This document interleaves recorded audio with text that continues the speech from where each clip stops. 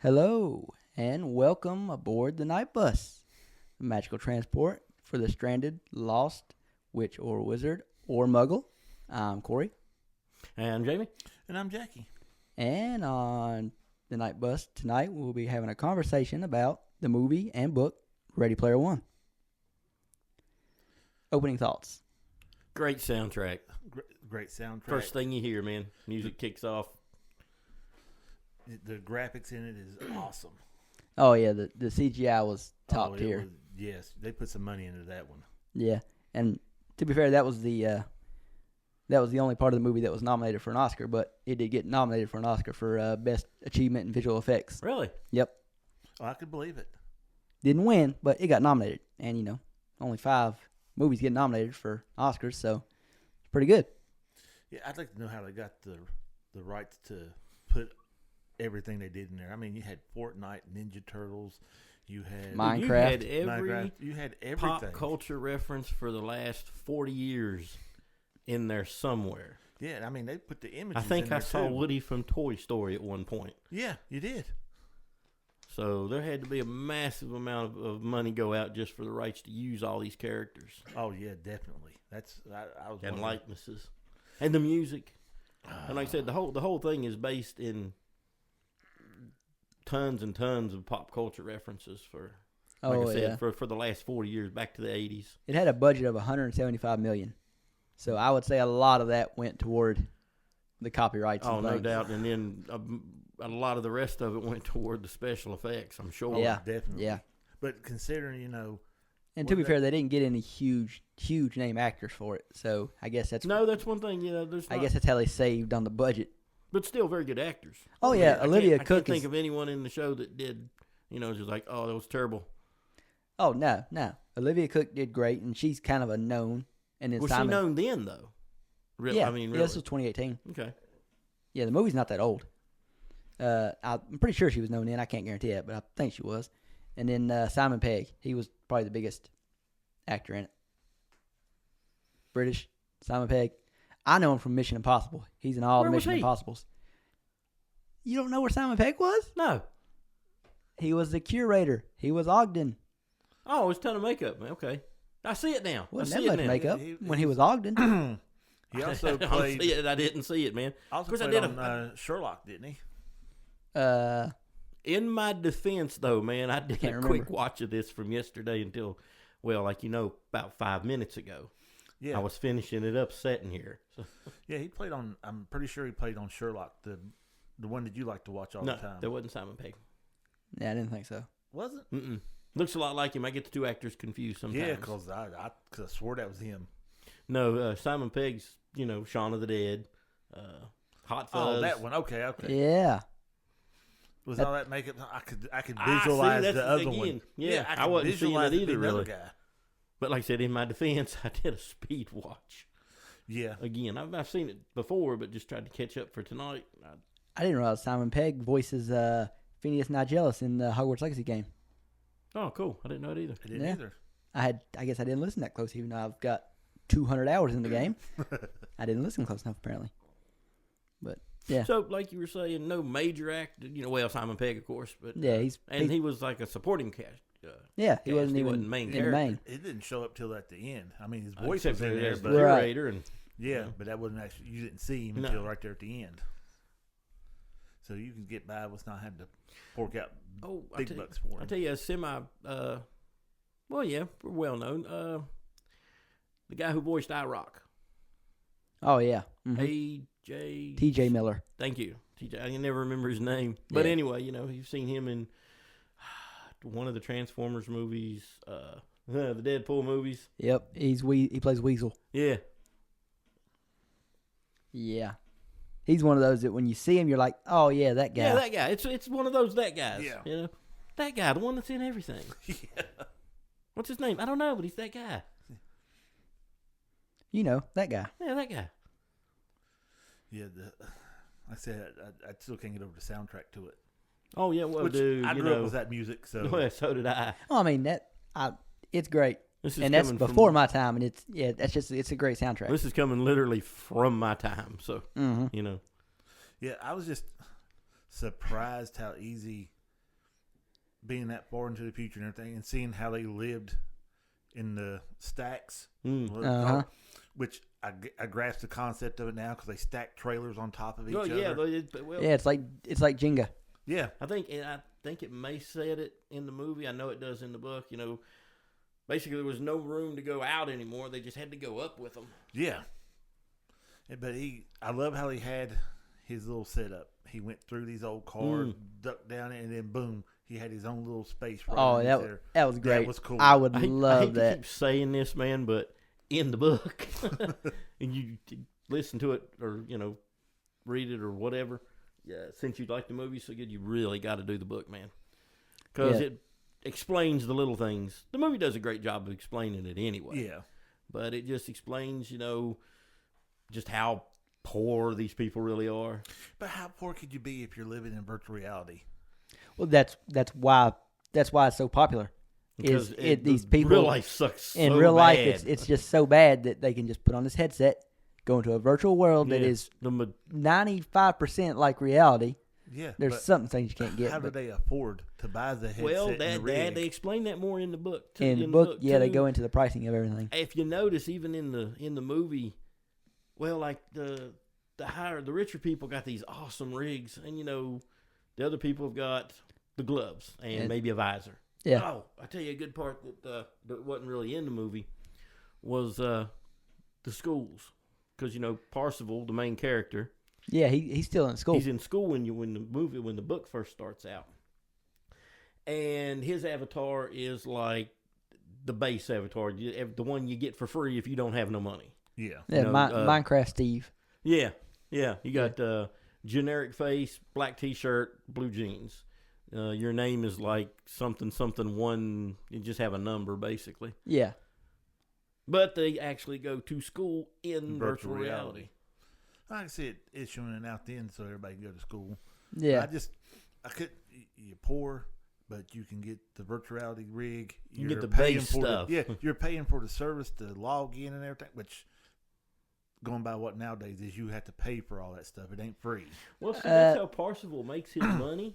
Is inside there. Well, he'll find old gloves and old visors, and he'll repair them and sell them, like on the street. That's from the book. At the beginning of the movie, when his step uncle, I guess you want to call that dude, that got mad at him because the gloves messed up, and that's why he died. Yeah. It doesn't say, but the reason he's got gloves like that is because Percival repairs all the stuff. You're okay. And I think your in-game money can actually be used for. You can basically deposit out.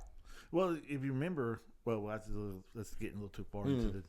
Well, anyway, and like you say, that rig he's got up, but he put together himself. He's a like a mechanical, electrical genius, No, I seen that because I liked it. The way the treadmill was, where you could walk and change direction. Yeah, the omnidirectional. He put this rig together himself. Just basically, I guess it's like an old junkyard. Yeah, basically, like an underground junkyard.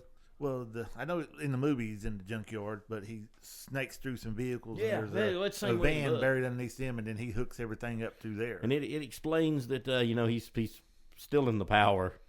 To power everything he's got going on. Oh yeah. Yeah, I can see that. So that's why there's different levels. I think I guess maybe you get like the base rig. I think the base is literally the headset. Though it's the headset that headset is sort of like the brand new Apple headset that's out now. That technically speaking, all you need is a headset. You can use hand gestures and it picks it up. But if you want the full experience, you need gloves, full body haptics. Then you get into the whole like rigs where you got the omnidirectional treadmill you're running on. You hook the straps up to you to keep you from running into a wall or something if something goes wrong. And yeah, it gets very, very detailed and in depth. Like I said in the book, well, we'll get there in a minute because again, that's jumping ahead. But basically, so you got very, very, very, very poor people. Yeah, I'm trying to base it off of what you can get nowadays. I mean, that's like the VR headsets we have. When they first come out, man, they was high dollar. Oh, I give you good. Anybody. Just look how much the Apple one costs right now. I'll give you a good example of how these people have this stuff. It's just like people go out and get their cell phones at the little tents. You can get the base stuff for free. The government will give it to you. Yeah. So it's kind of probably something like that. Probably. Jitterbug. I said jitterbug. Jitterbug. I don't know the reference. The jitterbug cell phones? That's the ones the government gives out. Oh, are they? Yeah, the government issue. The Obama phones? Exactly. So, yeah. But I guess we can kind of get into the movie and how it starts off. Oh. Well, I'll tell you, I've rewatched it twice in the last 2 days, and I cannot remember that exact opening scene. Like, I remember a little bit about it, but for the most part, when the movie kicks off, he's going into virtual reality. He's explaining to you about he's explaining how it works and everything, which we kind of just did. So he said everybody lives here, and that's so everybody just meets up here, and that's when he starts contacting H on his he's getting a hold of H, so he tracks him out. He's up to. Yeah, you getting a little ahead of yourself. You can see what he's up to. Yeah, and he is on a raid. He's on the planet Doom, which according to the movie is like the toughest place in the Oasis. The Oasis is what the virtual reality place is called. It's called the Oasis.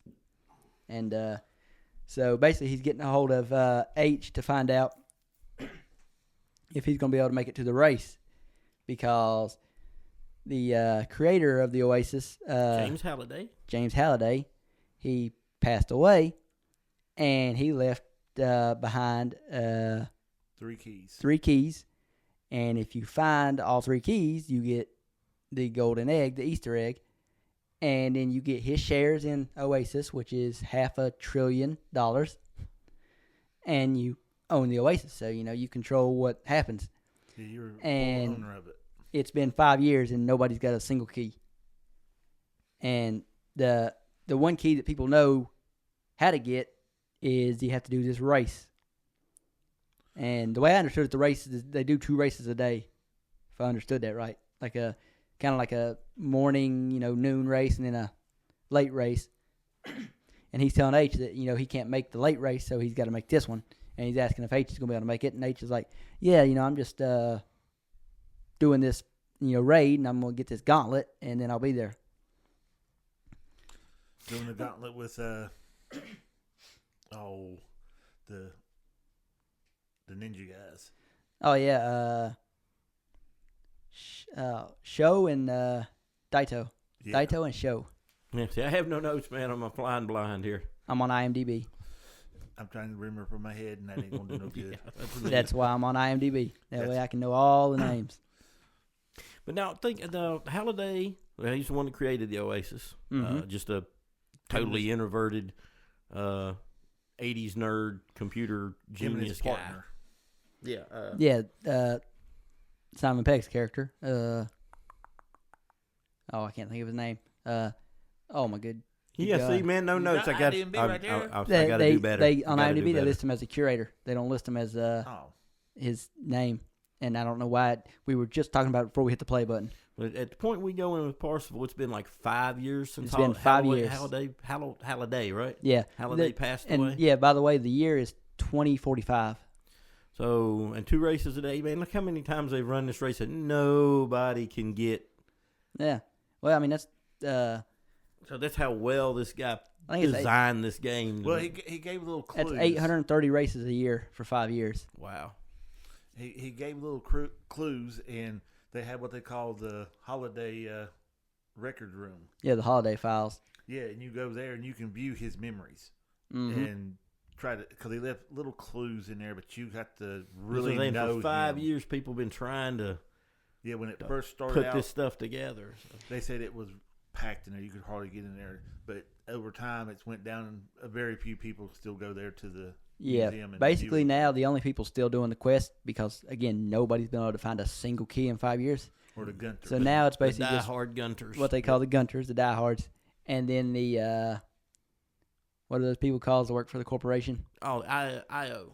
iOS. The Sixers. IO. Yeah, the Sixers. That's what they're called. IOI. It's IOI is the organization, but the people are called Sixers. You've always got an eagle. You always got an eagle. You know, he's got an evil Got the evil. industry or something, trying to take over everything. And of course, the bad guys are called Sixers. You guys wouldn't understand that because you don't watch sports, but yeah. I just assumed it meant because all their numbers start with 6. No, I was getting at the Philadelphia 76ers. That's a basketball team. But yeah. Is there a connection here?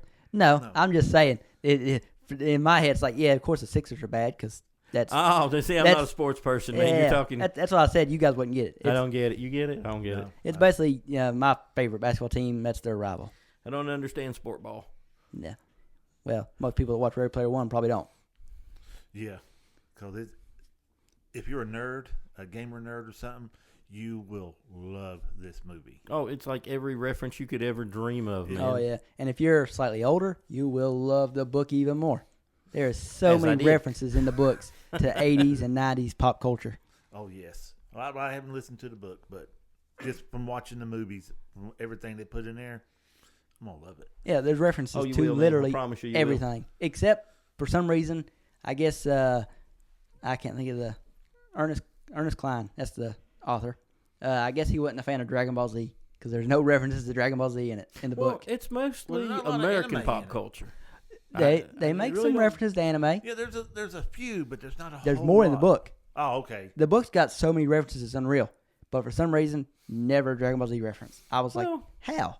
They might have just kept that in character because of Holiday. I mean, he was a teenager in late 70s, 80s, grew up in America. Yeah, so they kind of kept it to what he would be familiar with, maybe. I don't know. It wasn't real big back then here. No, it really hadn't took off. It was big in Japan in the 80s because that's when it was happening, wasn't it? Yeah. Yeah, now they had, it came to America in the early 90s. If you would like to redo this story now, it would have to be in there. Yeah, see, they had Dragon Ball Z video game for the regular Nintendo, but I didn't know nothing about Dragon Ball. See, man, I don't know if you remember, but I don't. You remember the old Shogun Warrior? I know it. Animated cartoons used to come on like Showtime when we were kids. Yep. I can't find those things anymore. They're on YouTube. I still see clips. I've looked for them. I can't find them. Yeah. You got to show them to me. Shogun Warrior.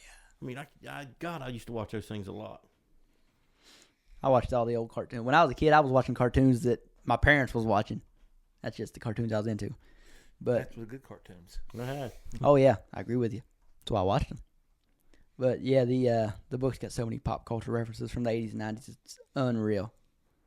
But back to the movie. Just throw in there, man, obscure ones that you might not catch the first time through in the book, especially in the movie too. Yeah. I told you, when I was getting you to listen to it, I was like, there's so many references that I'd say probably I understood 60% of them. The other 40% went right over my head because there's just so many. Just vague ones that you had to have been there or watched it a lot to catch them. A lot of them. Yeah. But yeah, man, I love it. It's great. Yeah, and pick up in the movie, they go to the first race, and needless to say, Parzival's got to go to the back because he's running low on fuel. And to get fuel, you have to collect coins and fill up your tank. So he's got to collect the coins from the crashed vehicles and characters that, die. Again, that just lets you know he's very poor. In the real world, he's very poor. He's just getting by with, Yeah, and when you die in the game, you lose everything you have. All your gear. It's classic video game style. They call it zeroing out? Yeah, you zero out. You zero out, and it's gone. Yeah, keep inventory is not turned on.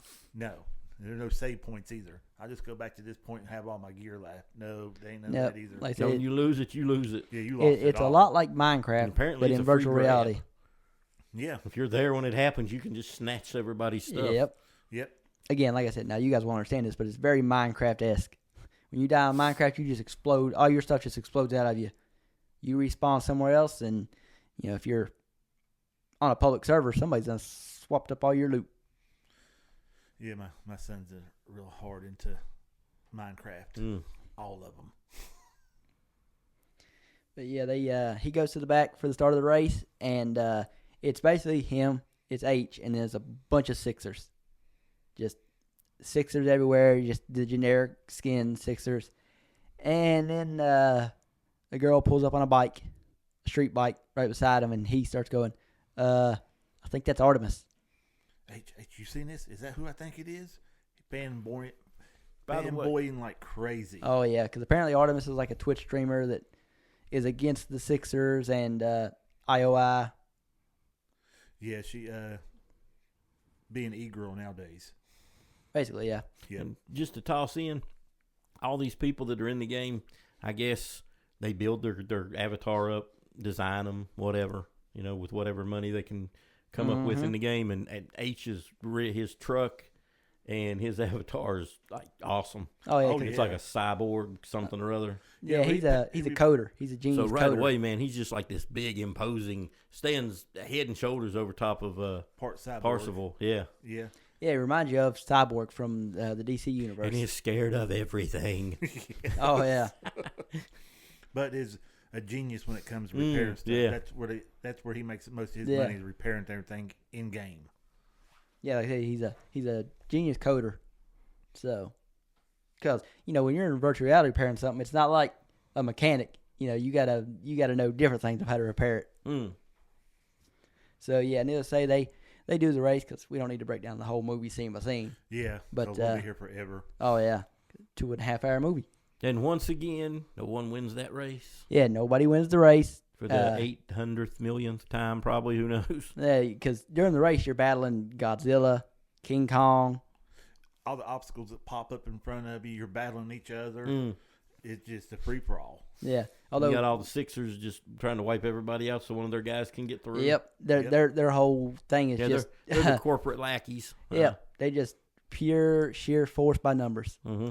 If there's enough of us, they can't take us all out. But they can, so... And it's not actually Godzilla, it's just a dinosaur. IOI doesn't have any competition in this game. Aside from the Gunters and just the average people, there's not like another company in competition with them. Nope. It makes you wonder, man, over the years, was there, and they crushed the competition maybe? And probably. Or bought them, like they do nowadays. They just bought them I was out. going to say, it's very heavily, Apple or Google-esque. They marveled everybody, and Disney bought everything up. Yeah, that's another way to look at it. Yeah, then they're Disney. That's it, man. IOI is Disney. Oh God, I see the connection now. I don't know about that, because Disney has at least done some good things. Not like recently, but they have done some. In the beginning, we don't know.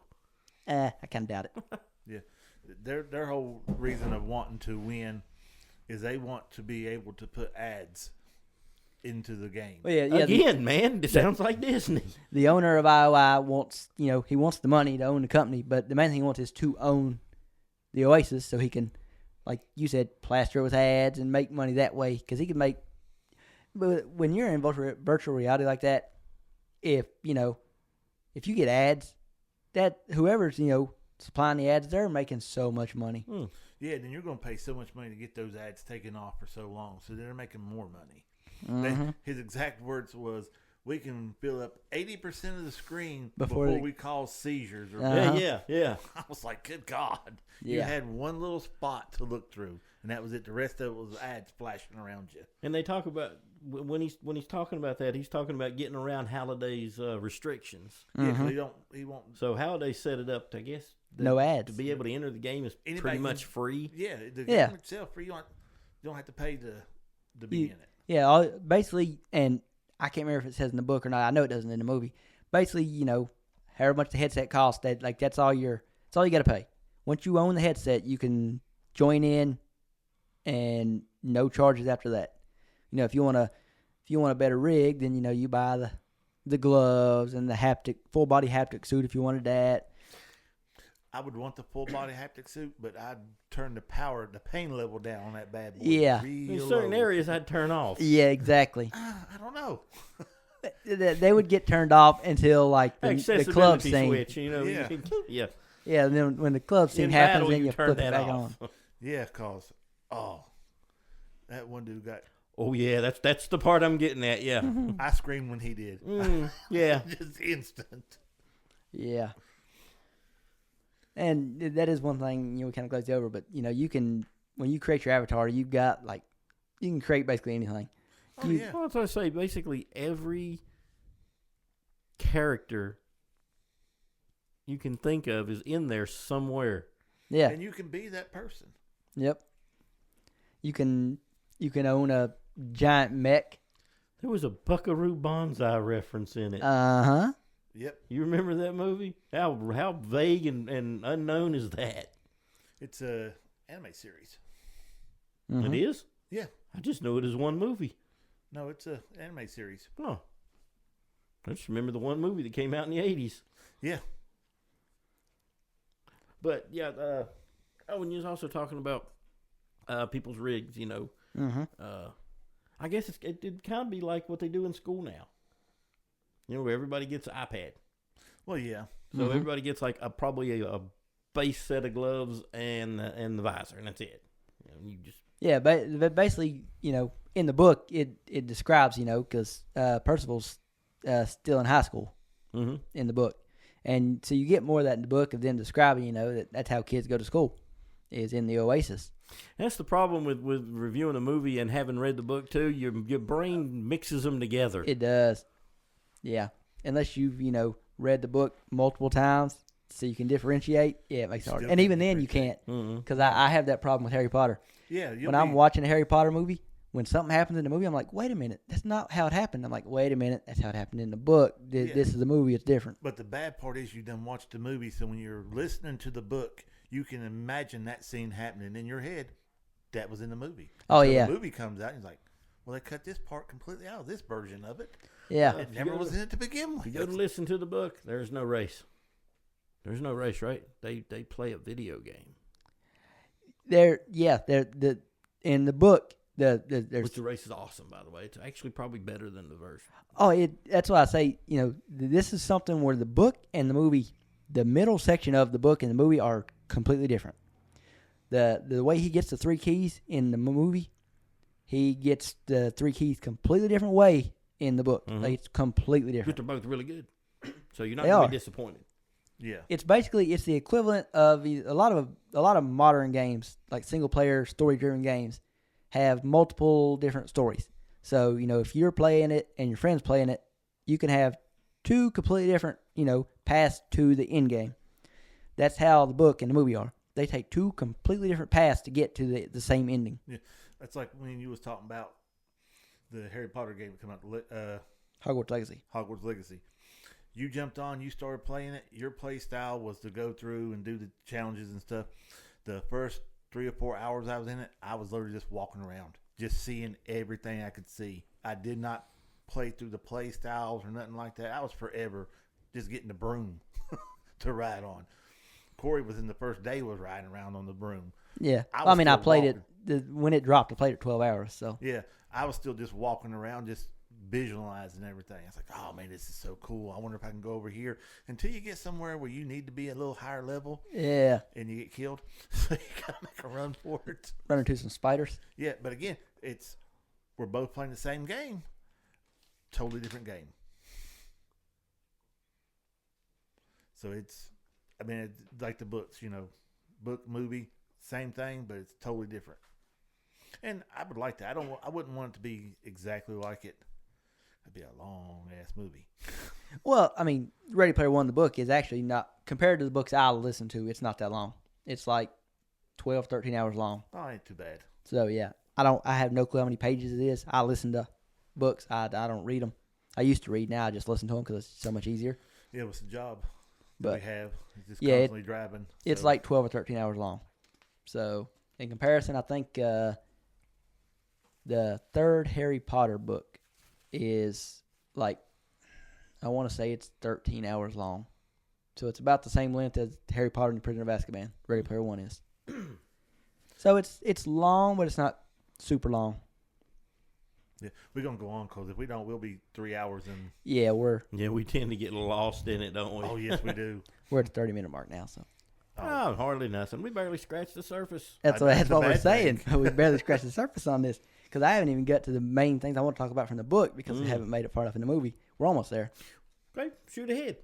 Basically, they don't win the race. They don't get the key, but they get to meet Artemis, and Percival is fanboying all over, and basically her bike gets just wrecked by King Kong.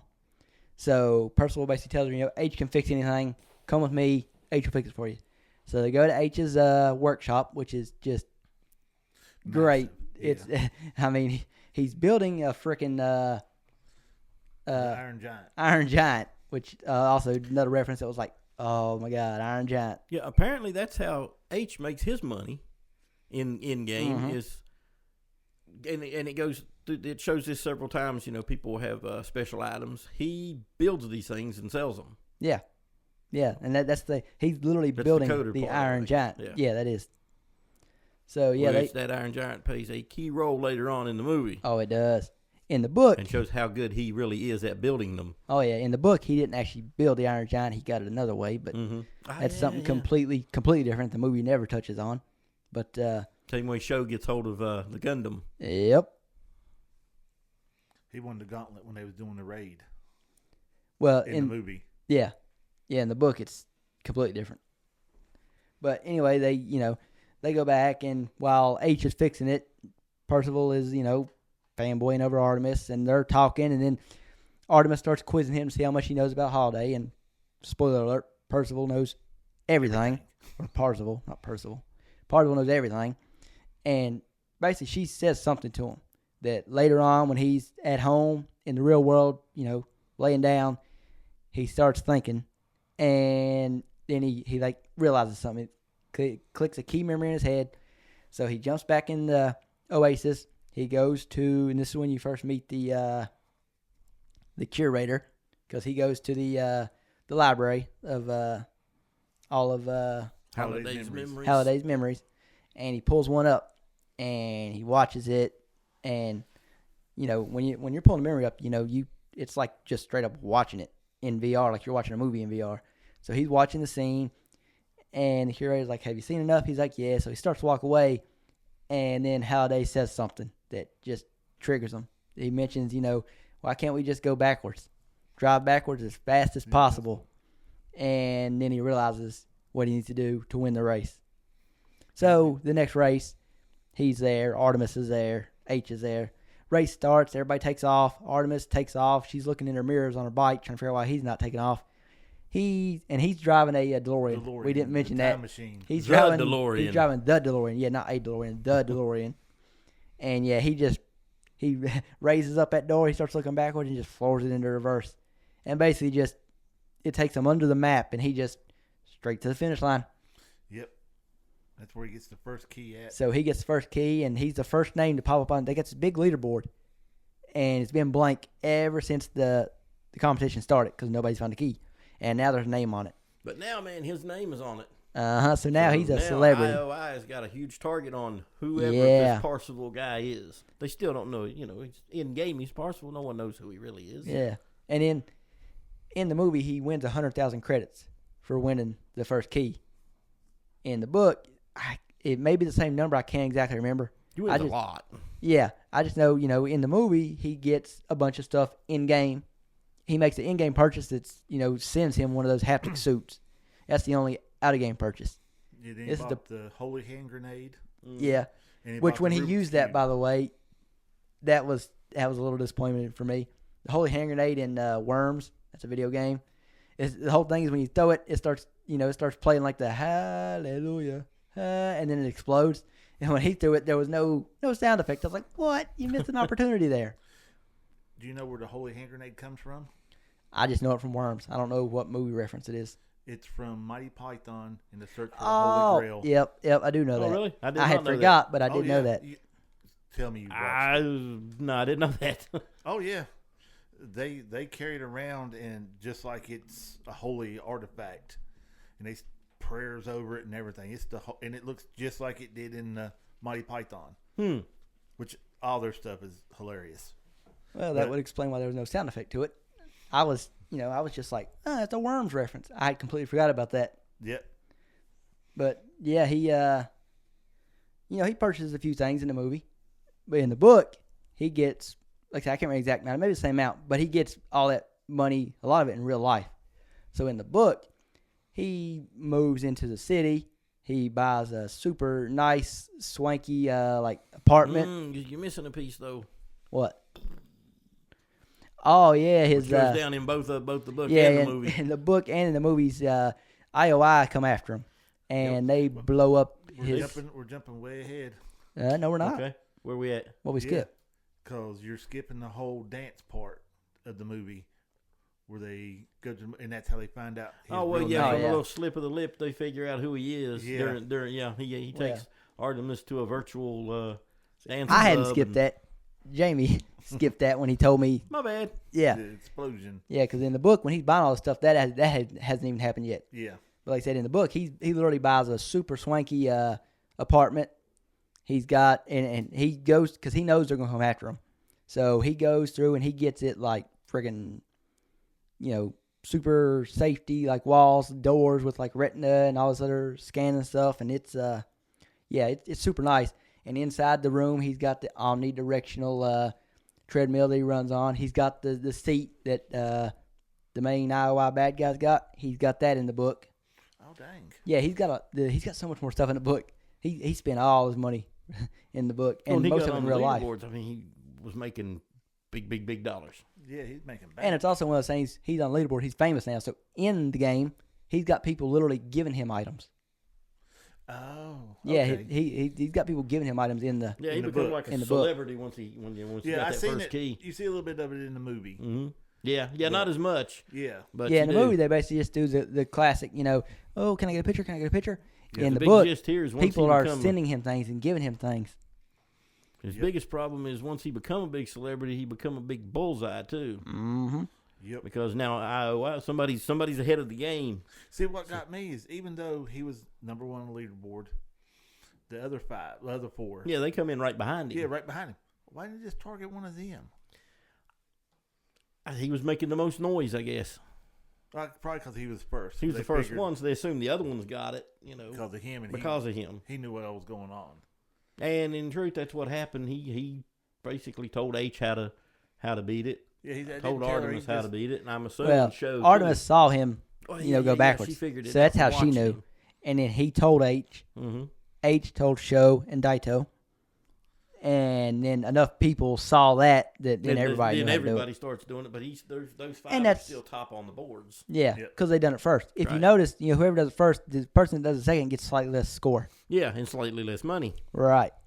But that's how it would go in real life. Well, yeah, that's the way Holiday set it up. Yeah, well, I'm just saying, like modern day right now in real life, if you had some type of hunt thing, the second one person finds it, then everybody's gonna be able to find it because nobody's gonna find it and stay completely quiet about it. And even if they can, somebody's bound to have seen them. So that's just how it's going to go.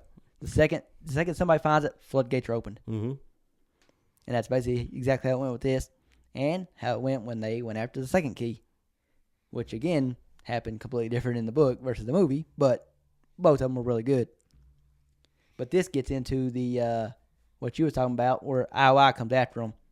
And when they're in the club. They go out on a date. Yeah, him and Artemis. Because she thinks she figured out the second clue. Yeah. The leap of faith.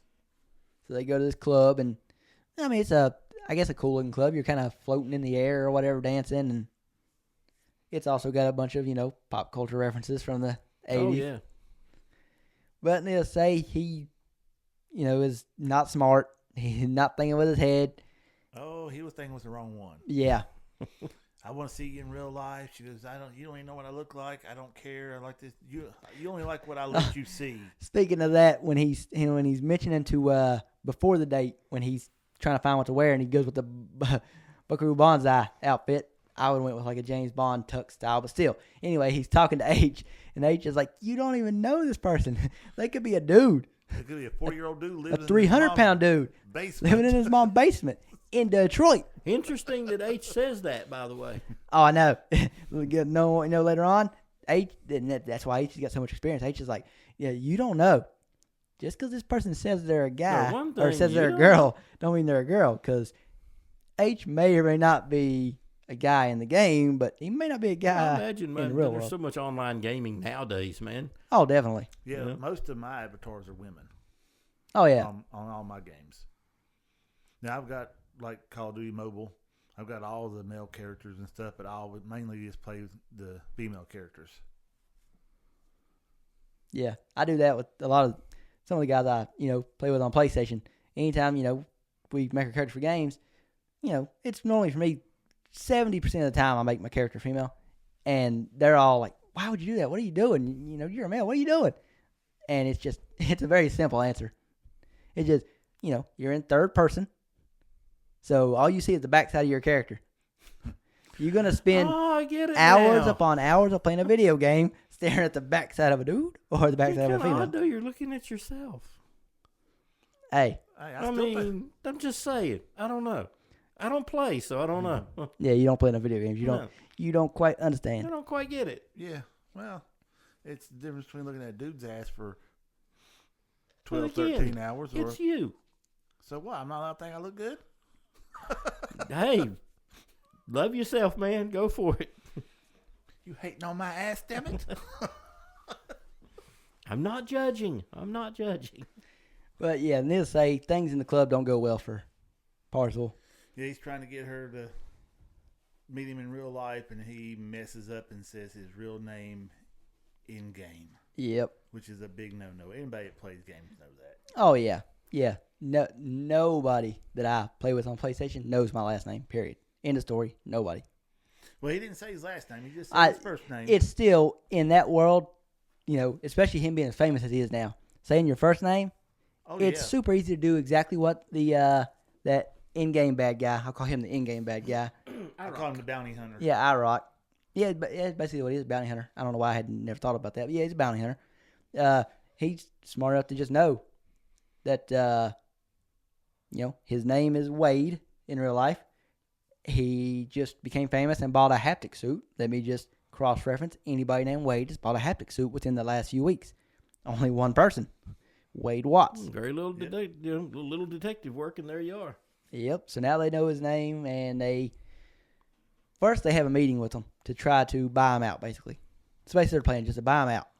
And he tells them no. So they send some drones and some people to basically blow up his stack in the of real trailers. World. Yeah, real life. Yeah. They go to the stacks, and they blow up his trailer, which in turn blows up most of that whole stack. In the book, it doesn't really get blown up as much as it gets set on fire. And yeah, and when you got trailer stacked upon trailer, one fire leads to a huge fire. So like a whole stack basically gets burnt down. If I remember 100% right in the book. The best I recall. Yeah. Neither of us have listened to the book in it's been 2 years? Year and a half? 2 years? Something like that. Yeah, something like that. So, yeah. That leads us to them finally figuring out where the second key is. And they go back to the museum. Mm-hmm. Look up a movie called The Shining. Well, no, they look up Holiday's biggest regret. That was the key. Not Holiday's biggest regret, but Holiday. How does it go? In the movie, it goes something like I think it was just Holiday's regret, something like that. But anyway, they're looking up, and apparently he went on a date with what was soon to become Ogden. That's the partner's name, Ogden. Simon Pegg's character. Yeah. That I didn't know was Simon Pegg. Yeah. Ogden, his eventual wife, turns out that her and my mind's going blank. Halliday. I don't know why my mind just went blank there. But her and Halliday went on a date, and then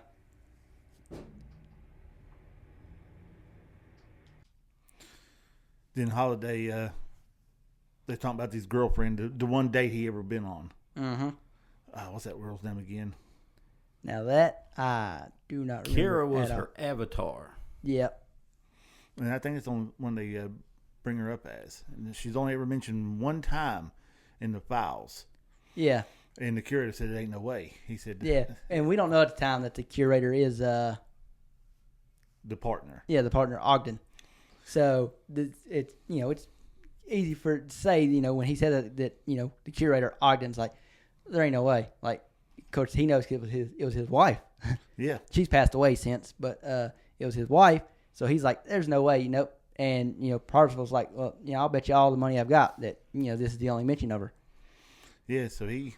So while they're watching the tape, the curator's going through, and so when they get finished watching the scene, and they basically decode that they need to go to the movie theater because they went to the movies, Curator's like, you're right, and flips them a quarter. Like a regular, quarter, 25-cent piece. And, Particle's like, don't worry about it. Don't mention it. Throws it back to him. He's like, no, keep it. And he throws it back to him, and Artemis just catches it, says some stuff to him, and hands it to him. And actually, that happens before the whole date scene. That's what leads to the date. But then... but that coin is key later on in the film. It is. It's not just a quarter. Yeah. Even though it just looks like a quarter, it's not just a quarter. He should have knew something was up there. I mean, the curator's giving him a quarter. Yeah. We'll see. What did every game in the 80s run off of? Quarter. And that plays a key in the book. I remember. Yeah, in the book. In the movie, what we're getting to with the second key, they basically have to go through this whole... They're basically in The Shining. Yeah, and... Before we find out that H is not the bravest person in the world. Oh, Lord, no. H is afraid of everybody. Well, she wasn't afraid of the naked woman at first. Like, yeah. Maybe I don't know what's going. Well, I'm just going to go with this. Just going to go with this, and went to go kiss her and looked in the mirror. I probably would have went with her from the start. Until you looked over in that mirror. Yeah. And saw that she was a zombie. Yeah, that would have been like, oh crap. Although I probably would look back and be like, she still looks. And then when it starts to fade in, it's like, oh nope, mistake, gotta go. Whips out that knife and just an axe and starts chasing them everywhere on the game. Oh, yeah. Movie. In the book. There's some really good references to The Shining in that little scene. Oh, yeah. Yeah. In the book, that's not how they get the second key at all. In the book, they get the second key by going through like kind of like a haunted house. So it's sort of like that. But it leads to them having to go, aren't they playing they get the second key and then it leads to them having to go to like an arcade. On a certain planet inside the Oasis. Yeah. So I think it's after they've got the second key in the movie now. Basically on this whole planet, there's just one video game is the only thing that's there, right? Yeah, right? One arcade machine. Right. And in the video game, in the book, they play that, and that's how they get their figures. That's how H gets the Iron Giant. That's how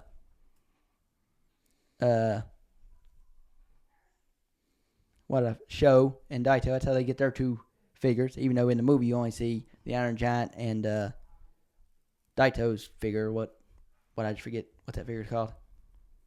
At the end when Daito calls in his the Gundam. Yeah, Gundam. Yeah. Couldn't remember. Gundam style. Dun. Yeah. But I think there's a little bit of tragedy in the book though with oh yeah. With one of the in the book Show Daito won. One of Show or Daito that, I don't know. Well, I mean we're basically there. Well, yeah. There's a there's a little bit of tragedy with one of the to not get exactly to brothers. They're not really brothers. No, they're not. In the book, it goes more in detail. I think the way it is, you find out later on in the movie that Sho is an 11-year-old boy, and Daito is kind of like his guardian, basically, although he's not much older. In the book, you get a little more detail, and you find out some more about those two. But basically, in the book, when you had the big battle scene happens in the movie and in the book, and in the book, not everybody makes it out alive. Some stuff happens in real life while the battle's going on. IOI basically. Yeah, IOI. Yeah, they murdered somebody. They're trying to take out the 5. You had somebody murked. Yeah. In the movie, they make it PG-13, so nobody dies in real life. That's not how it happened at all in the book. Which had me a little confused when I was watching the movie earlier today. Like I said, it blends in your head. Yeah, but I love the battle scene when they tell... dude, the battle scene is awesome. I can just sit and rewind that and just watch it again. Artemis tell them, get an army. Get to planet... I don't know the name of the planet. And that's what Percival does. No, it's a different planet. Oh. He goes live in game and starts asking people for help and trying to fight the system and stuff. And then... Oh, I would have went. They're looking and they're not seeing nobody. Yeah. The main bad guy, he's looking out there. He don't see nobody. He just gets that little smirk on his face and turns around like he's going to walk off, and then you start hearing a noise. Then he turns around, and Percival turns around, and holy shit. Everybody. and I do mean everybody shows up. We got Ninja Turtles. We got Fortnite. Halo. Halo. Yeah. Well, I mean, I'm pretty sure I Master saw Chief's everywhere. Woody from Toy Story. Woody from Toy Story. You've seen the Frogman. I don't know what he was actually played on, but there's a Frogman in it. But I mean, there's just everybody shows up. And it's even better in the book. Yeah. That whole battle scene is amazing in the book. There's so many references in that battle scene. And the part I like the most, Percival gets up there when they get to battle. He's holding the classic boombox up in the air and playing Twisted Sister. We're not going to take it anymore. So the soundtrack is awesome. Yes, and I mean, that sent chills through me. When they started over that hill and stuff, I was like, oh, yes. And it was just... Can't imagine just the money they had to spend out to get the rights to the songs, the rights to the characters. Yeah, because, like I said, it showed everybody. Even Chucky played a part in it. Oh, God, yeah. They run out of ammo. It was a secret weapon, remember? Yeah, H-Child's down here. Try this little guy. Throws it to him, and Chucky's trying to stab him and stuff. Oh, yeah. And she goes, throw him. Throws him out there. Next thing you know, boom, boom, boom, boom. You see IOI in their shop. Like 8 or 9 people turn red in their rigs because he just killed them. Like that. I was like, holy crap. And then when the main IOI bad guy shows up and he tosses out Mecha Godzilla. Oh, yeah. Oh, man, that was just like, oh, here we are. Mecha Godzilla. Hey, I didn't see any Transformers, so you must not have been able to get the rights to those. Now that you mention, I didn't see no Transformers You either. think you'd have like a giant Optimus Prime or something? Yeah, I hadn't thought about that. Yeah. I didn't see that. I don't think giant Optimus Prime would have been as tall as the... No, but I mean, he'd have been pretty big. Oh, yeah.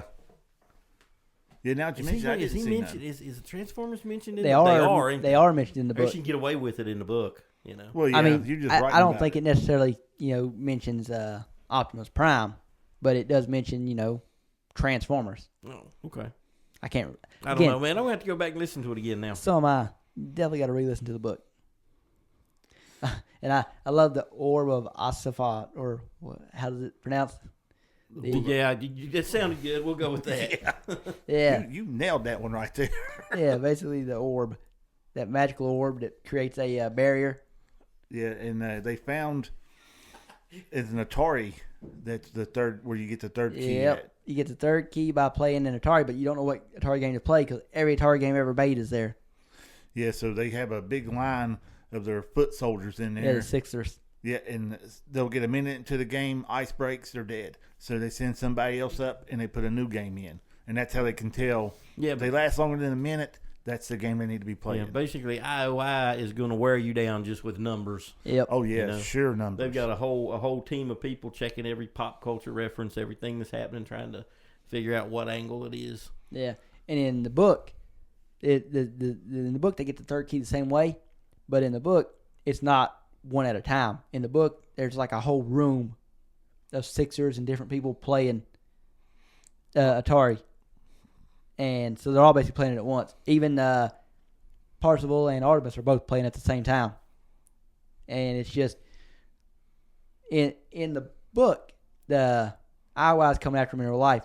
They actually all go to Ogden's house, to his mansion. Yeah, because he's got the rig set up. That's when they first all four meet each other, or all five. That's when they first all five meet each other. Or all four? Because at this point, I think one of them hadn't made it. But that's the first time that Wade Watts is Parzival's real name. Yeah. Wade gets to see H. Actually, the first time he gets to see Artemis. It's the first time he sees both of them. First time they all meet together. That's right. I forgot that. Yeah. That scene is better in the book than in the movie. Yeah, I'd say. Yeah, but it basically comes down to the point where when they're in the book, when they're playing the game, Artemis basically quits playing the game to do something, to go help somebody do something. She's always got to be that character. Oh, yeah. You got one in every story. Well, she pretty much done that in the movie because they was trying to get to the castle, or get to where the game is, watch H fall down in the Iron Mech, and she looked at Percival and said, go on, it's up to you to win the key. And she runs back to help H. Sort of. If you remember right in the movie, at the end, it gets to the point where he's basically like, Well, no, I'm talking about when he pops her and he, kills her character. That. Okay. Yeah, okay. I'm talking about when she goes back to get him, and H comes back up in the iron neck, and holds her up in the air, and she shoots the eye out of the Mega Godzilla, and throws that mad ball in there. Oh yeah, yeah, and takes Sorrento out. Yeah, Sorrento. That's the main Iowa bad guy's name. Could not think of his name. Nolan Sorrento. Yep. Nolan Sorrento. Yeah. Yeah, he's played in a couple other movies. But he's always a bad guy. Yep. But I was just when she tossed the mad ball, and I was like, "What the hell is the mad ball gonna do?" Mad ball done a whole lot of damage inside there. Well, dude, they had Chucky as a weapon. I mean, anything. Oh yeah. Well, I could see Chucky doll as a weapon. Yeah. Because he's a weapon to begin with. But the mad ball, man. Hey. Growing up, you just throw them at each other. Or in my case, you hit somebody with it in the face, and then you got a butt whooping because you left marks on their head. Not supposed to play dodgeball in the house. Now, what you're supposed to do is get in a small enclosed room with a super ball, and just bounce it down and see who gets hit by it first. See who gets hit by it first. That's what we used to do. Yeah, we used to take glow sticks and use them for tag. Get out there in the middle of the night, crack a glow stick up, and just use it like dodgeball. You couldn't say you didn't get hit, because when you got hit, it hit you and the stick just fell straight back down. So you couldn't say, "You missed me." That'd get some whelps on you. You always got that one asshole aims for the head. Oh, I assumed that was you. No, that's my cousin. But we had fun. Yeah. Yeah, you know. You didn't think consequences back Johnny then. almost lost an eye, but we had fun. Yeah, you got two eyes. You can still see. Walk it off. Yeah. Yeah. I'll help you look for your eye tomorrow. Yeah. When daylight comes up, we'll find your eye. Don't worry. Don't worry about it. Just go to bed. Yeah. But we're at the point in the movie now. It's the end. It's the ending. And the ending in the movie and the book are the same. He wins. He gets to meet Halliday. And just like in the movie and the book, Halliday has one last test where he's basically telling him, here's the contract, sign it, and everything's yours. And he's basically, getting the last final test. You don't know it's a test, but Parsifal realizes it's a test. He said it's not right. It's not right, him signing this contract to basically give himself everything the same way Halliday ended up doing to Ogden, because he felt Ogden was, I guess, trying to take the company in a direction that Halliday didn't want to go. Halliday just wanted the game, and that's all. So he made Ogden give up all his shares and everything. And that, spoiler alert, well, not spoiling it now, we're at the point where you find out that was his greatest regret in life, that, his best friend, his only friend, he alienated basically because he thought he was trying to take over his company when Ogden was. It doesn't really explain too deep, but you get the impression Ogden was basically just trying to help him with the non-game side of things, the real world side of things, and running the company.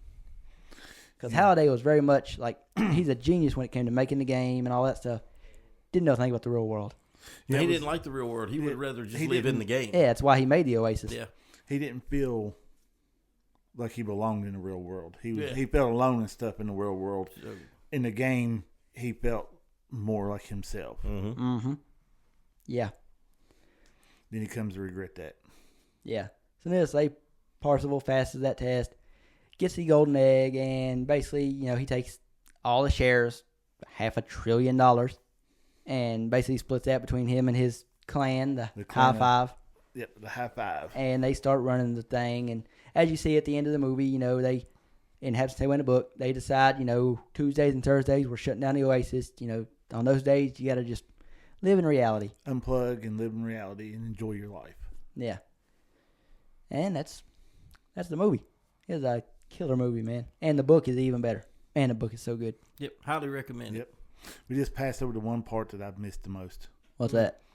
When Percival's fighting the main bad guy and just hauls off and kicks him right between the legs. Oh, yeah. There's parts of that suit you probably need to turn off. And you can see in the movie it shows on his suit turns red right there, and he just starts cringing up with pain.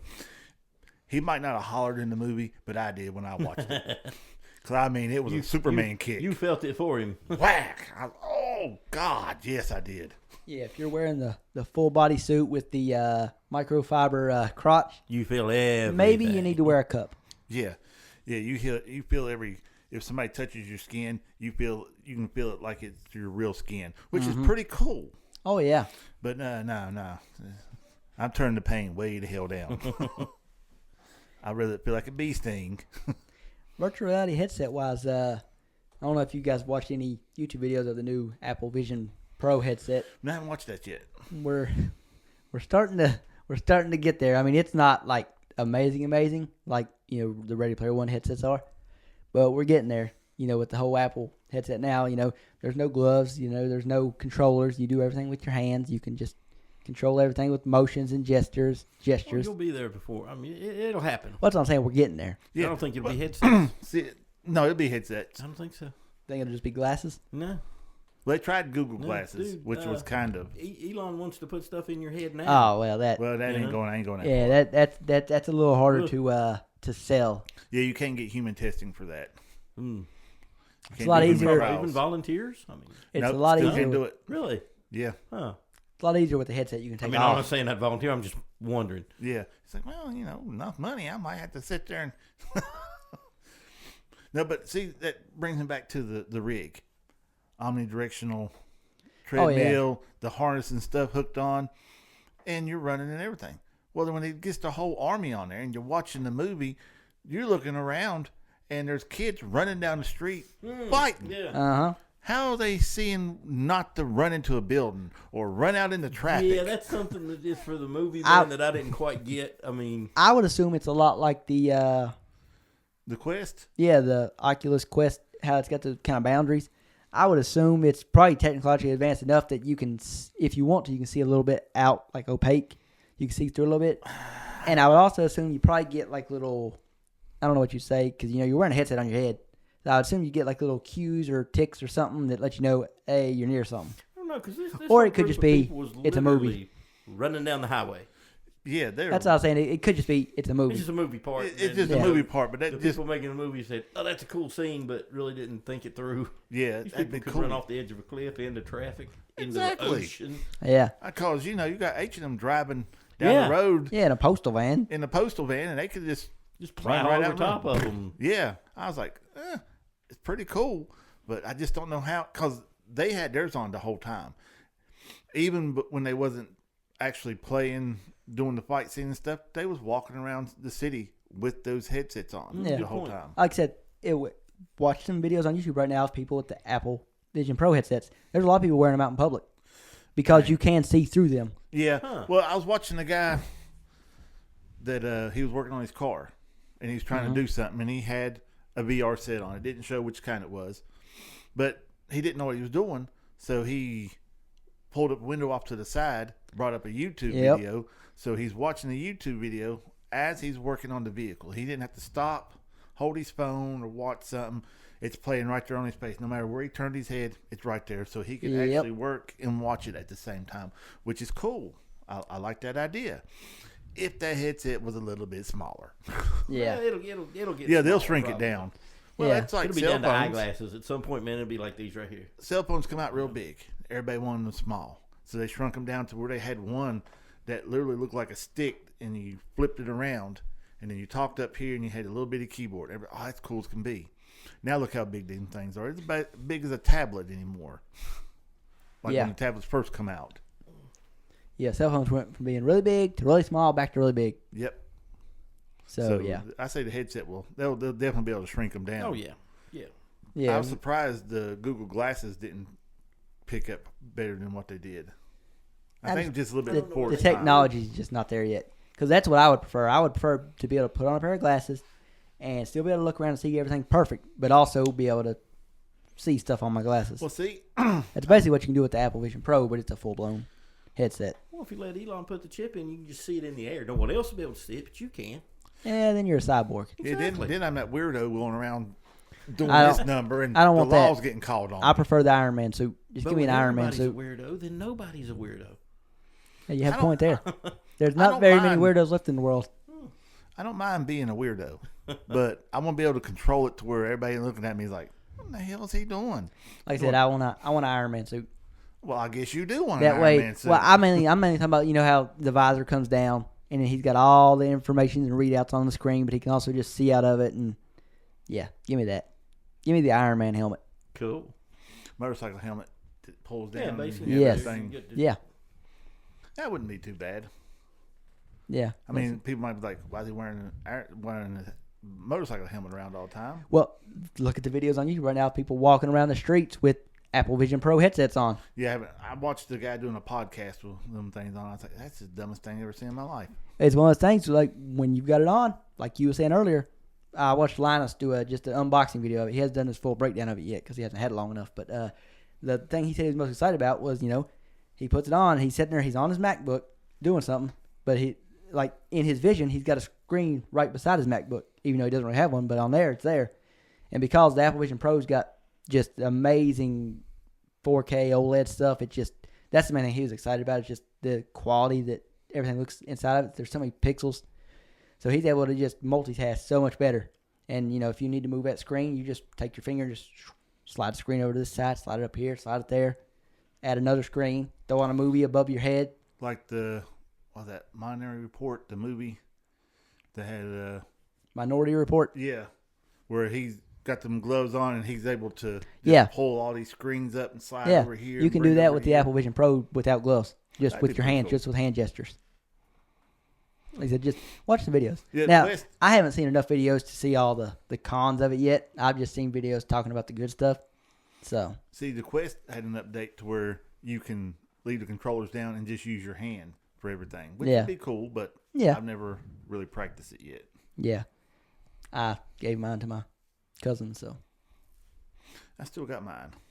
I never played mine, so that's why I got rid of it. I haven't really played it that much. I would love to get the Apple Vision Pro if it didn't cost $3,500. That's kind of it's kind of a deal breaker. It's like I can't pay $3,500 for that. The hell, because you're going to pay for it, and 2 years later they're going to come out with a better version of it, or a year later, then you got to get rid of that one. Well, it's also brand new technology, so there's going to be a ton of bugs. Yeah, it's like then probably way back when VCRs came out, those things were ridiculously high. Oh, $300-$400. Yeah, but of course, time went on and they got cheaper. Yeah, this stuff, time will go on, it'll get cheaper. As more people had it, the price started dropping down, and more people come out with their own version of it. Any new technology comes out ridiculously expensive. Oh yeah, until it starts to come down. PS5 when it come out, good God. Good point. What? Well, it's still kind of high.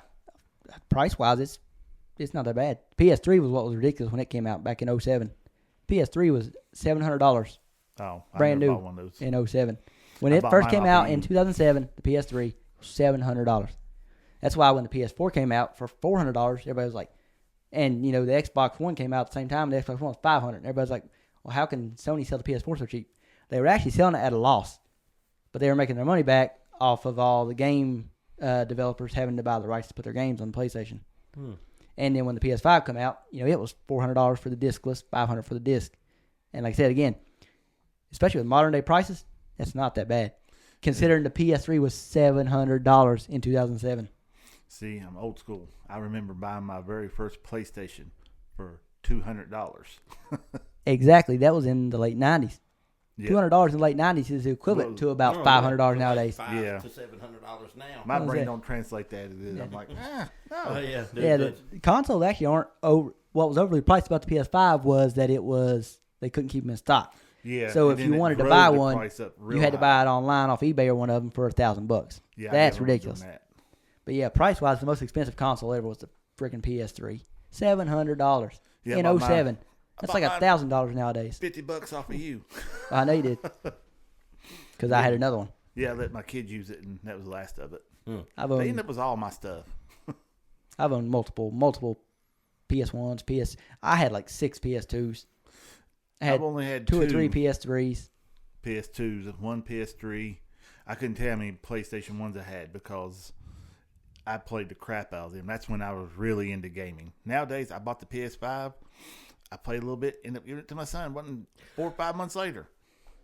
Yeah, you just now finally get it back. Yeah. I spent right at $1,700 just so I could play Hogwarts Legacy in good quality, because I had my TV was 5, 6, 7 years old, didn't have no 4K. It was HD, but it wasn't Ultra HD. I finally upgraded to 4K, Ultra HD, all this stuff, and I see a big difference in it.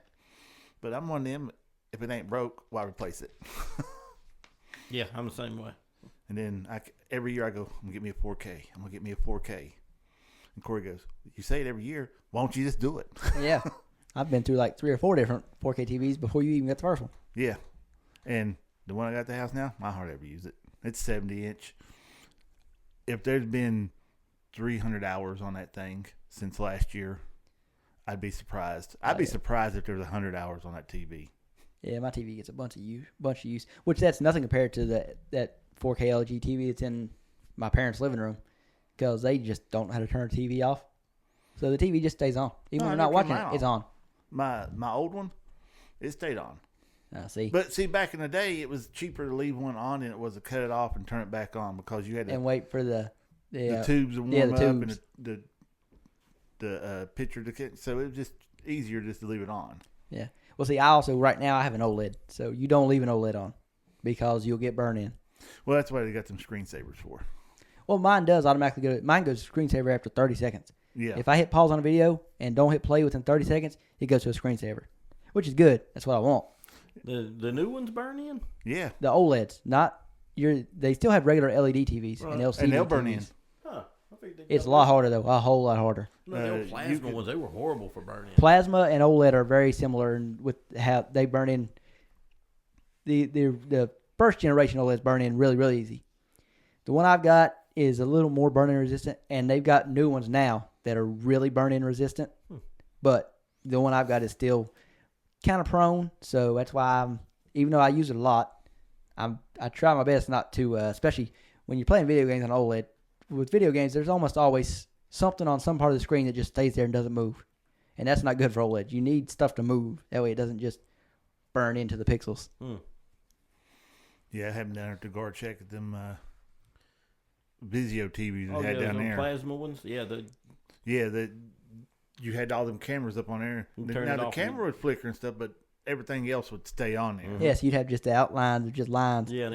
And then the underground monitors. Yeah, they like I said, those were all old plasma ones, and they burn in so easy. Yeah, they were stuck on that picture. If you tried to put another picture up there, it just wouldn't look right. Nope. Yeah, I don't know how we got talking about this, but what would pretty you guys much wrap that one up, I believe. Yeah, we wrapped up Ready Player One. We started off on the rigs, and then we went through every game system out there almost. Yeah, basically. We didn't touch on none of the Nintendo stuff though, but oh well. But what would you guys want to talk about? Yeah, I was going to talk about some wrestling that was going on. Oh yeah. Something new going on. Yeah, you're gonna have to tell. I'm a little vague on exactly what's happening. What did they say? What did they say about Dusty? What did they say? I don't remember exactly word for word. Did you not watch the Las Vegas thing I sent you? I don't think I did. I don't think I watched that one. It's not that long, but I'll tell you what. Give me 1 second. Just give me a breakdown of it. No, give me 1 second. So now you saw what I'm talking about. Let's talk about it. WWE action here. Yeah, the whole debate for the last basically week or two has been, who are they gonna have face Roman? Is it gonna be The Rock or is it gonna be Cody? And you've got a lot of your diehard fans that are super into it. They want Cody. Cody's the hottest thing that's going right now. They want Cody. Then you got some of your older fans and people who don't follow as closely that are like, nah, it's The Rock. We want to see The Rock. So there was this whole thing, and you're like, what are they going to do? Well, they had this big press conference in Las Vegas because the Super Bowl's in Vegas this year, so, that's a good way to take advantage of the situation. So they have the big, meeting, and Seth Rollins comes out. He's the Raw champion. Then Roman Reigns comes out. Then The Rock comes out, talks all his stuff. Then Cody Rhodes comes out. And, yeah, you just saw what happened. Anybody watching, you can just find it. If you're interested, find it on YouTube and just watch it. But what do you think about what they're doing?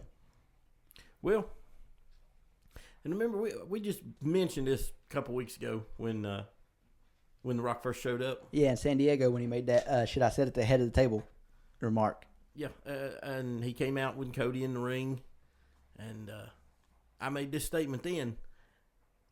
I think they planned to have The Rock come in and wrestle Roman, Yeah. But the fans just really bucked on that. Yep. They didn't think they would. They thought they really had something going here. So it's now The Rock. they're scrambling Yeah. Yeah, they figured The Rock's coming in. It'll be, you know, they'd rather see The Rock wrestle, Roman. You know, that's been clamored on for a long time. Yeah, people's been wanting that forever. Wanted that to happen for years. Yeah, a few weeks ago when they hinted at it before the Royal Rumble, everybody wanted it. They spent what? Well, like they said, the last couple of years building Cody Rhodes up. Yeah, the last 2 years, year and a half. They're going to have The Rock come in and step over top of him for it. And the fans just aren't having it, you know. So now the ratings are dropping. They're scared to death the ratings are going to bottom out. So they got to try to put some kind of storyline to save it. And I said, didn't I? Do you remember, man? I said that The Rock was going to turn and join Roman. I remember you saying it because I was hoping it was. Mm-hmm. You know, and I made this statement too. Rock ain't the only one that's got family. Cody's got a big brother. Oh yeah, Dusty, Gold Dust. Yep. Oh yeah, I would. So that's my prediction, man, is now you're going to see Dustin show up shortly. Maybe. I kind of get the feeling they're just going with because they've got one pay-per-view before WrestleMania. I got a feeling they're just going to do like a tag match of Roman and The Rock versus Cody and Seth Rollins. I don't believe it'll be Seth. I don't know. I believe you're going to see Dustin come in. I Maybe. don't know if he'll be Goldust, but it'll be Dustin. You saw Seth was in that clip there. Seth was flipping out more than friggin' Cody was, which I didn't quite understand. But anyway, I would say, you know, they didn't know what to do with the Rock Cody thing. Well, what they're doing now, it's got everybody just all ready to watch now. Don't know what they're going to do for sure, but yeah, it got me excited again, and I don't really watch it anymore. I just follow it.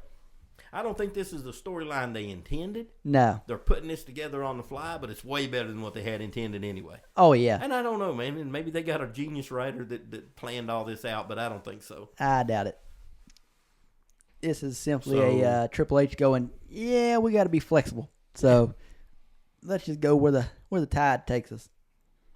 But, yeah, it was, like I said, when The Rock come out and started giving his whole speech there on the stage, I was just like, oh, they're turning him. Yes, they're turning him. Because my favorite version of The Rock actually wasn't, you know, the early 2000s version. He's always better as a heel, man. I liked him when he was part of the corporation. In that 97 to 99 run when he was with the corporation, fighting Stone Cold, that was my favorite version of The Rock. Yeah, when he was going against the corporation, you know, going against Triple H and them, he had good, you know, like one-liners and stuff because The Rock always had great one-liners. Oh, yeah. But he's one of the best on the mics. He was amazing as a heel. So, I'm excited for that. He's always best when he's playing the villain. Yeah. Yep. So yeah, that's all I want to talk about with that. Man, we'll see where it goes. I believe you're going to see another road show up before too long.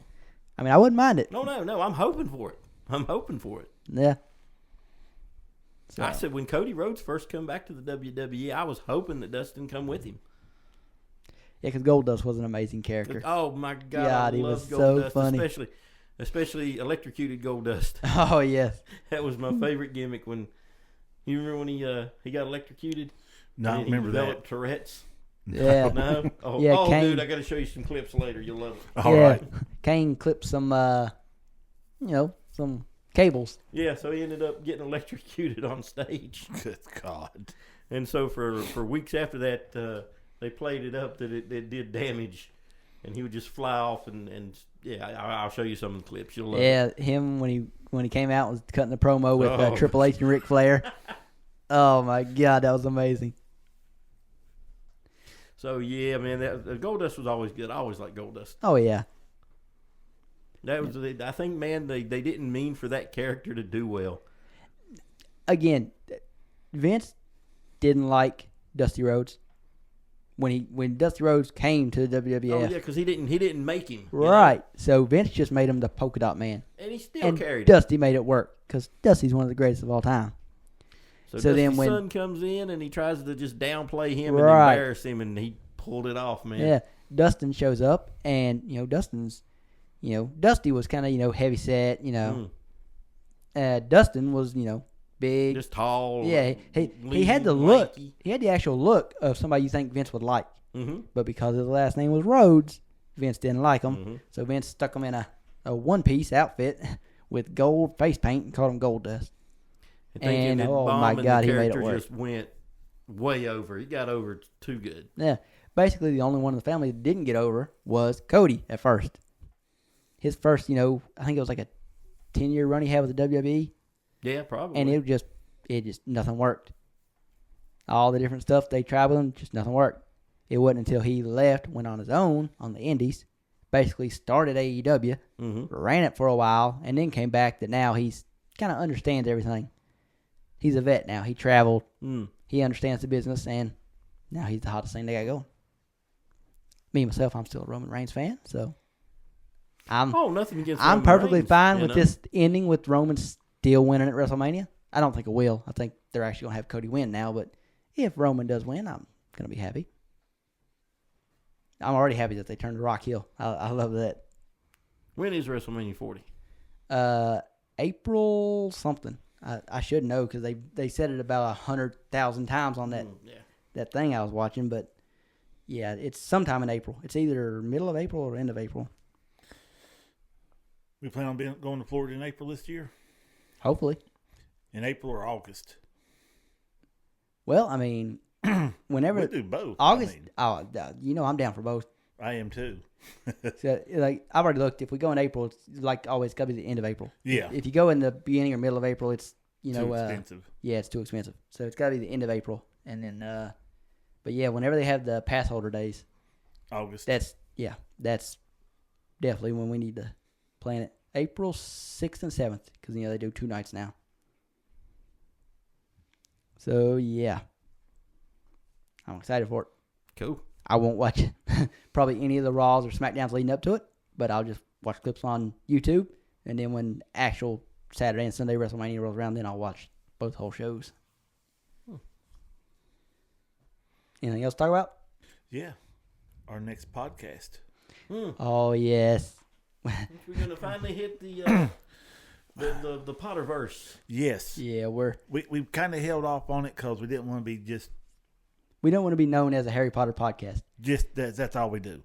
We wanted to get our feet wet in other things, and now we're ready to break into the Potterverse. Next week, hard into the Potterverse. Yep. Yeah.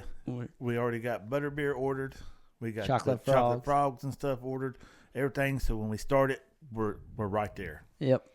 We will be decked out. You won't be able to see us, but we'll be decked out in our Harry Potter gear. Oh, yes. Because we've got everything. I pretty much am now. Oh, yeah, you've already got the shirt and the hat on. Yeah. I got my Gryffindor shirt on, my Gryffindor hat, my Gryffindor jacket. Yes, that's why I was a little disappointed. They just done a partnership, Harry Potter and Reebok just did. Oh, did they? Yeah, they had some stuff out, and I was like, why couldn't you partner with Nike or Under Armour? I still bought it if it was Reebok. Yeah, I looked at it. I didn't like the design. If they was high top. The shoes wouldn't know, but they had shirts and sweatpants and all that. It was a big partnership with Reebok. But I was like, why would you go with them? Why wouldn't you go with friggin' Nike or Under Armour? Well, I didn't want to spend the money that they'd want. Yeah, but man, it's just their quality of clothing is so much better. At least in my opinion. That's basically all I wear now is Under Armour t-shirts, and they're just so comfortable and lightweight. Yeah. Under Armour, we will take donations for that commercial. Thank you very much. Yeah, Yes. yeah. And Nike. I didn't really say much about Nike. I do like Nike. I primarily wear their shoes, although I'm wearing all Under Armour right now. Yeah, but we'll definitely be breaking into the Potterverse. Yep. Next week will be Harry Potter. We don't know exactly what we'll be talking about yet, Harry Potter, but it's going to be Harry Potter. It's just going to be a little bit of everything. We're just going to We're just going to sit down like we normally do and just, hey, I watched this. What do you think about this? Or, I was thinking about this, because we do that all the time. Oh, yeah. Yeah, back when we all worked at the same exact job, oh, my God. It was every night. It was, an hour a night talking something about Harry Potter. Yeah. This theory we saw or this thing we thought of. For me and him, it goes way past that. Oh, yeah. Way back longer than that. Yeah, but we'll touch on all that next week. Oh, yeah, yeah. And get into it now. Yeah, we're basically at the time that we wanted to be at almost an hour and a half. So we're going to try to keep the podcast from now on around an hour and a half or less. I say we do a 4-hour marathon. Just roll. I mean, if we do, we do. Yeah. But it's better to keep it at this, even if we have to just do a two-parter, hour and a half, and then just stop, take a break, and then just start again. But Yep. I guess that'll do it for this week's There's episode. pizza left in the box, so I know what I'm getting ready to do. Yeah, that'd be the night bus signing off tonight. Yep. We have reached the end of our destination. Well, we've reached the end of our journey. Yep. We may or may not have reached our destination. And Dude, it's deep. I got to ponder on that. yeah, I got you thinking. Damn. That's the way to end it. You gotta get people thinking. Yeah. Get them to come back, see if they figured out the answer or not. We probably won't. No. Some mysteries are better left unsolved. Exactly. See ya. Peace out. Bye.